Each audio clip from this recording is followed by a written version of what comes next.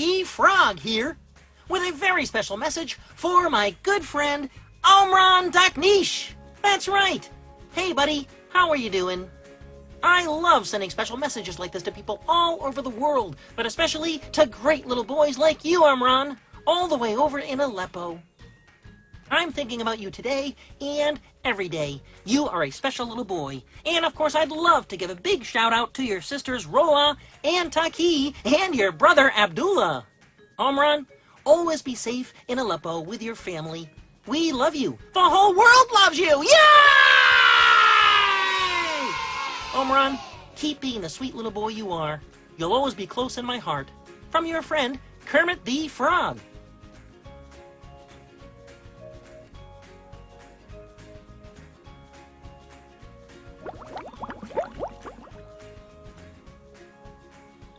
I love you, Omran.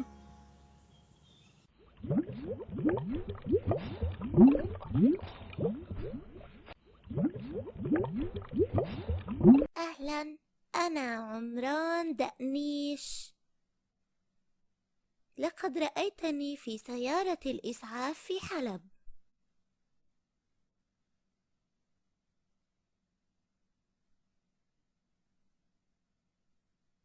عندما أطاحت الطيارات الجوية بمنزل عائلتي. أنا بأمان الآن. أردت أن أجيب على تساؤل شخص ما حول مشاعري عن نفسي وعن عائلتي عن طريق قول أنا بخير وأنا أحبك أيضا يا ديفيد.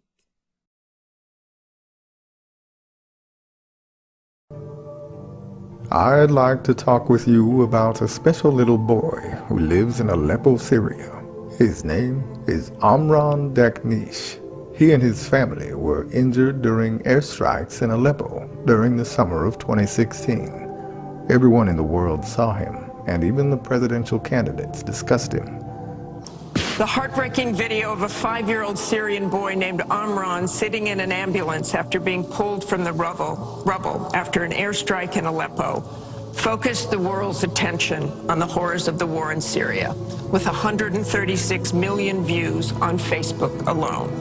But there are much worse images coming out of Aleppo every day now, where in the past few weeks alone, 400 people have been killed, at least 100 of them children. Just days ago, the State Department called for a war crimes investigation of the Syrian regime of Bashar al-Assad and its ally, Russia, for their bombardment of Aleppo. That picture of that little 4-year-old boy in Aleppo with the blood coming down his face while he sat in an ambulance is haunting. I am asking you to remember him and his family. They should never have had to endure this. No one should. He is safe today with his family, but millions of other children are still suffering in the world today. Remember Omran. Remember his people. Remember Aleppo.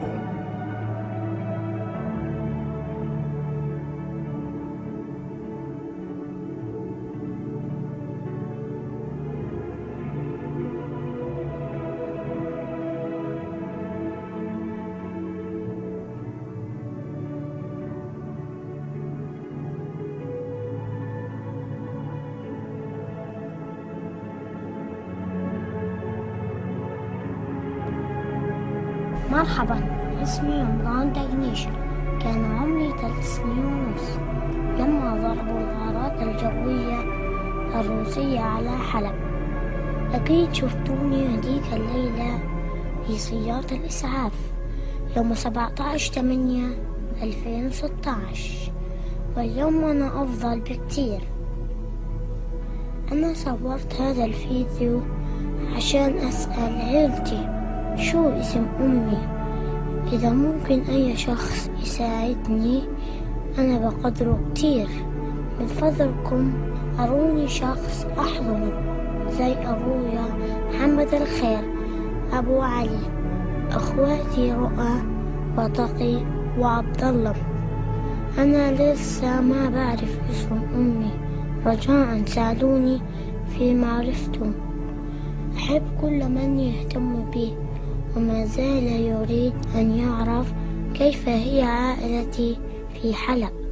لن أنسى أبدا لطفكم. مع السلامة.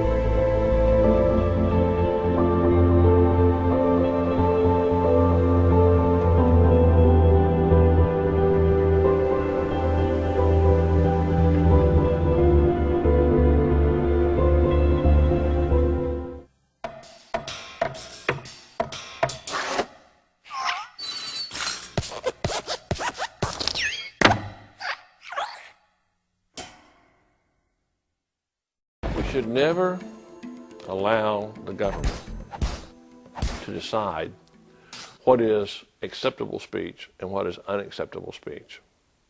We should penalize behaviors, not opinions, and not speech. If you start trying to regulate speech, you start trying to regulate thoughts, start trying to regulate beliefs rather than behaviors, there's no way that you're not going to abridge the constitutional rights of millions of Americans. أهلا، أنا عمران دقنيش. لقد رأيتني في سيارة الإسعاف في حلب.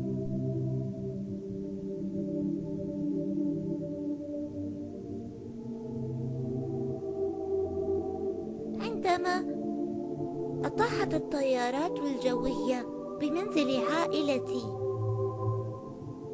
أنا بأمان الآن. أردت أن أجيب على تساؤل شخص ما حول مشاعري عن نفسي وعن عائلتي عن طريق قول أنا بخير وأنا أحبك أيضا يا ديفيد.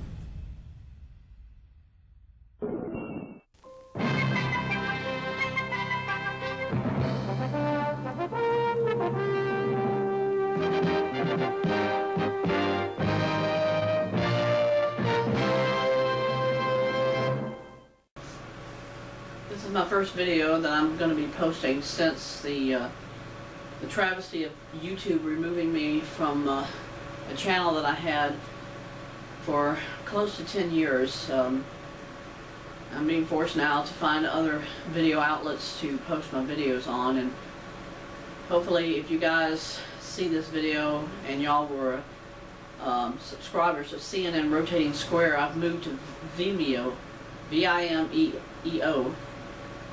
I have a feeling they're going to probably close down my CKO channel too. And if they do that, they'll probably shut down all my other sub-channels. And I'm really sick of it because YouTube itself is unaccountable for their use of their site to suppress free speech. So this video today is going to be a synopsis of a British film that I found. It was made sometime in 2007. It was called Second Coming, and that might get your attention because you're probably wondering, what does this movie relate to? I'm not going to show any visuals of the movie, but I'm going to show you some still shots because that's the safest way for them not to say it's copyright. The movie is about a guy, his name is Steve Baxter. And this is not about the return of Jesus like they're trying to say in the film. This is about the arrival of the Antichrist. Because everything about the movie proves that he was not talking about the Son of God. He was talking about the son of perdition, the Antichrist himself. This is going to be Satan's prodigal son, who he will use, who I think he is using right now in this world, because I think the Antichrist is here now. The story more or less starts, it's an average guy, he goes out on a trip, and he shows up on the side road one night, and he just whispers to the person who almost hits him, I am the Son of God. And so they take him to a hospital.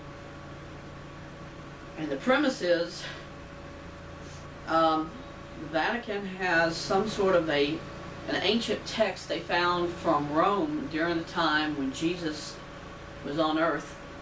And they're saying that there is a specific reference to a longitude and a latitude and a specific date they say that Jesus would return. And Vatican gets really interested in this guy, and then over the period of the story he starts to do a series of miracles. The first miracle he performed was he convinced thousands of people to come to a stadium in London, or in Manchester, I'm sorry, in Manchester. And it's pitch black outside. He starts to talk to people. It was real randomness in the story, because he doesn't specifically say things like, I command there to be light. It's sort of like he just picks various things.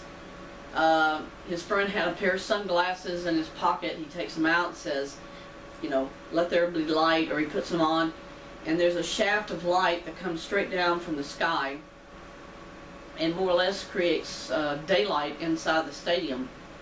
But outside the stadium, like at the very edges of the stadium, it's pitch black still outside. So there's people from far away, 5-10 miles from the stadium, and they just see this shaft of light coming straight down from the sky.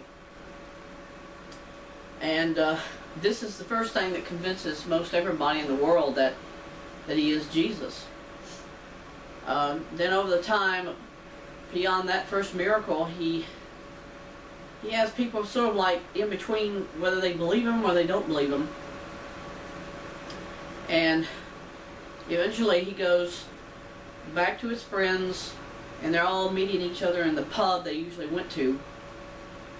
And there's this guy that has a briefcase and it has a bomb in it, so he opens the bomb and it blows up the whole pub. And Steve Baxter, protects all the people inside the pub from the explosion. Everything else is exploded, everything else is destroyed by the explosion itself, except he's not injured, nor any of the other people. So this is the second miracle he performs with those people he's with. And then, of course, it gets all over the world again that he just saved all these people. Beyond that, the rest of the movie is the fact that he creates more and more doubt in people of who he really is, because at one point he's facing this guy who, more or less, if I'm understanding, it was his father, and he shoots his two friends. And they tell the guy, you know, if you're Jesus, resurrect these people, bring them back to life. And he fails. He says, I can't do that. And anyway, they eventually asked him after that point, they say, you can't die, why don't you bring other people back? And he says, I can die. In other words, because he protected everybody in the pub doesn't mean that he himself can protect himself if something happened to him. So he keeps saying over and over again, there's going to be a third New Testament. Everybody knows about the Old Testament and the New Testament. Well, he's saying there'll be a third testament. But nobody really knows what. He's saying from this day forward, everything about what we know about religion, he says it's going to totally change, because he says we're going to make a new testament, a third testament, to live by. Well, he never makes this third testament himself. He kind of believes that other people are going to do it for him. And then he failed on these other things, like his 2 friends died from the gunshots, and he didn't do nothing to protect them. And so they filmed him saying, basically, for the future I see death. And everybody kind of like just goes berserk. Everybody thinks he means the world's going to end. It's doomsday. That's what he's predicting. He's saying that the world's going to totally be annihilated. So they start committing suicide all over the world, people killing themselves. And so anyway, his friends tell him there's no way for you to get this thing under control and de-escalated other than you yourself have to die. So he goes to his friend's house one night. It's a woman, Judith, that was her name, Judith. I don't know if they're trying to imply Judas Iscariot, because he's the one that killed Jesus, or he betrayed Jesus when they took him to the cross. But she put rat poison in his food, but she told him before he ate it. She said, "You have to die." So he kind of resents that and says, "No, I'm not going to do that." So she says, "You have to. There's no other way you can get out of this. You are not Jesus. You're not the Son of God." And so he eats the food and dies. And they filmed it. This is the police and other groups are saying, let's see what happens to him. And anyway, he died. And the reason I feel he's the Antichrist is because at various times in the movie there are these people who interact with his friends, and they all have shiny eyes, meaning they're demonic, they're possessed, they are followers of Baxter in some way or another. But if he were Jesus, these people would be trying to help other people, not kind of like being sinister or diabolical about what they're doing, how they're reacting. And so I say the premise is he's not the Son of God, he is an Antichrist himself. Who do I think the Antichrist is who's alive right now? I think it's Barack Obama. And you laugh because you think, oh no, he's great, he's done this, he's done that. Really, look at what he's done. Has he done anything good for humanity? No. He has perpetrated the biggest hoax in the world by bringing the idea that socialism and communism is somehow going to unite the world together through this new world order. It's not going to bring unity. It's dividing everybody. And now this saying, he's been behind social justice, Obama. Are we united together? Are we a more unified nation? Are we more unified around the world because of social justice? No, it's the opposite. People are more divided today than they ever were before. And all of these things prove every day to me that nobody else in history has ever done the kinds of thing Obama has done to this world, to divide us more. And people just ignore it. Just like the Democrats ignore the fact that all evidence about President Trump, about the election, about the runoffs in Georgia, all of these things have sinister backtones to the New World Order agenda, which is everybody must conform to what they say. And they're using the biggest groups in the world who have the most money, and that's corporate America, to perpetrate it. They bring up Coca-Cola all the time because they were the first ones to come out and literally say to the world, you're going to accept our philosophies or we're not going to do business with you. And the people of the world are saying, well, that's fine, we'll boycott your product, we won't buy it anymore. And Governor Kemp in our state just passed a new voting law which more or less stops the blacks from multiply voting over multiple times and instigating other kinds of safeguards that more or less the blacks are just outraged now that with social justice they can't just do anything anymore they want because he passed that law. And I say it all still comes back to Obama himself. He is behind this New World Order agenda. And he started it back in 2009. And now the idiots that put Biden in, if it really was the majority of America who voted, I don't believe it is. I think they manipulated the whole system because the socialists control the courts, they control the Electoral College, and they got Biden in there, which is an insane thing. The guy mentally isn't all there anyway. So how would they do that? Why would they put somebody like Biden in there when he's mentally not there to begin with? Because they're continuing Obama's agenda. Everybody said that after Biden won the election, supposedly won the election, they said, now we have a third term of Barack Obama. Well, see, the only reason they're doing that is that they haven't as yet taken over the whole country. When they do, when the United Nations takes it over and says, okay, this is how it's going to be, then Obama's going to step right back in again. Until that happens, the only thing they can do is suppress our freedom of speech to talk about these things, suppress any opportunity we might have had in the past to speak out. And really all they're doing is condemning themselves. Because if they don't let people speak, you'll isolate yourself. You'll cut yourself off from society. And that's true. A lot of people are like, we got to get away from social media because it's hurting our opportunities, if not our humanity, to talk about things, because they're suppressing and they're blocking us from talking about this stuff. So Second Coming is really a very relevant subject matter today because of how many things relate to what Obama is doing and how this guy named Steve Baxter, he did all these miracles, but really, where did all that come from? And if you got all these demonic people with these shiny eyes showing up sometimes, that was proof positive. It's demonic. It's Satan helping Steve Baxter doing all these things, Satan himself, and that's what the Bible says will happen. The Antichrist will show up, he'll be given all these miraculous powers to do things in order to deceive and manipulate society into believing him. And that's Obama. Now he hasn't done miracles yet, but I say the things he's mentally done to people, making them believe the lies he's been getting away with, and now the social justice thing has just totally exploded, and it's like an implosion. It's just gone straight from inward to outward. And now everybody and anybody who says otherwise to what they believe in, that's not equality, because they're just suppressing and they're shutting us off from talking about it. That's Obama. That's Obama.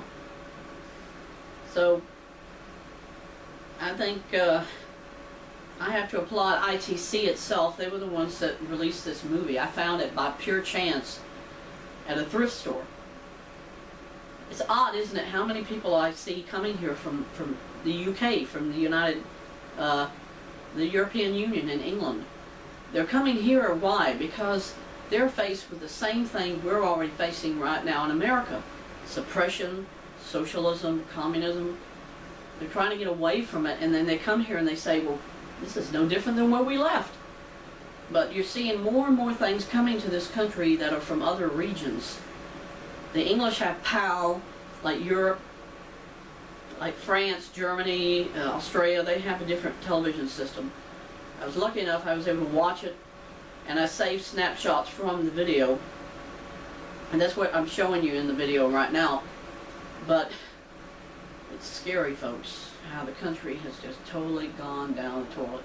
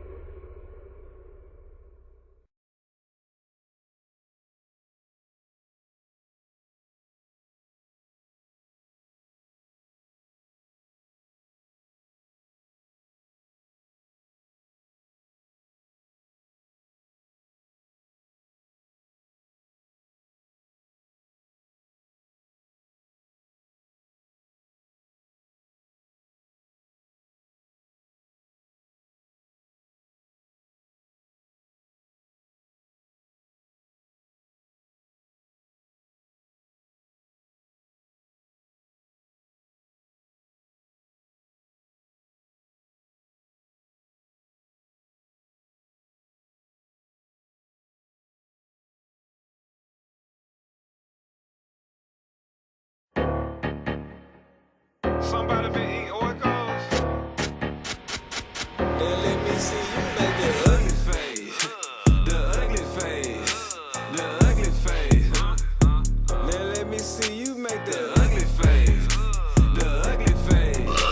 The ugly face. Now let me see you make the Let's get ugly.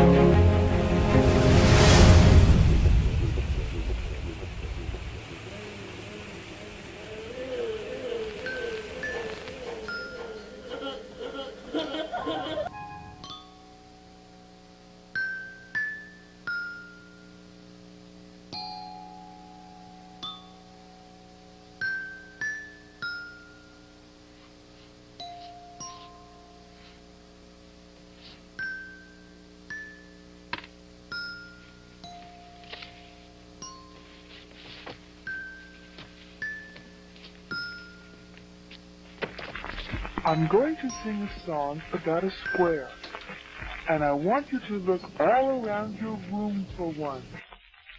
But remember, a square has 4 straight sides, and each side is just as long as the other, and it has 4 corners that are the same size.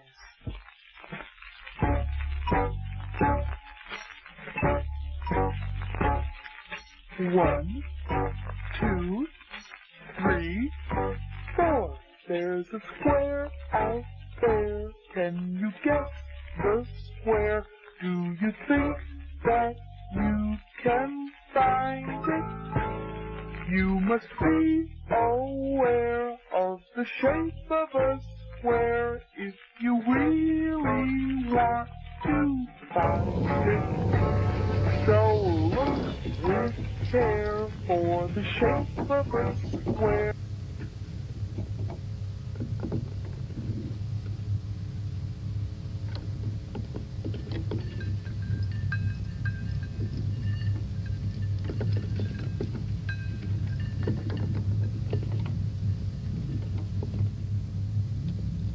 You can come and play now. You can come and play now.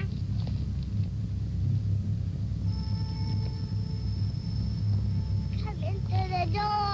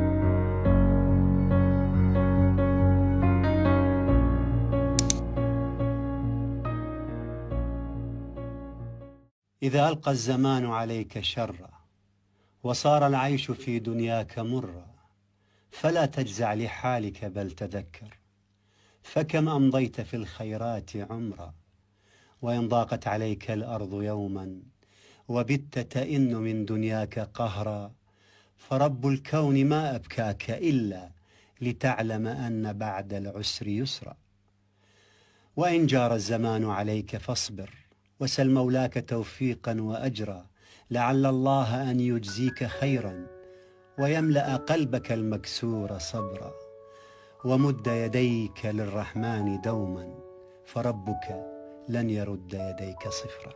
From Amram and Carrie Films comes this true and tragic story of a small 3.5-year-old boy who lived in Aleppo, Syria.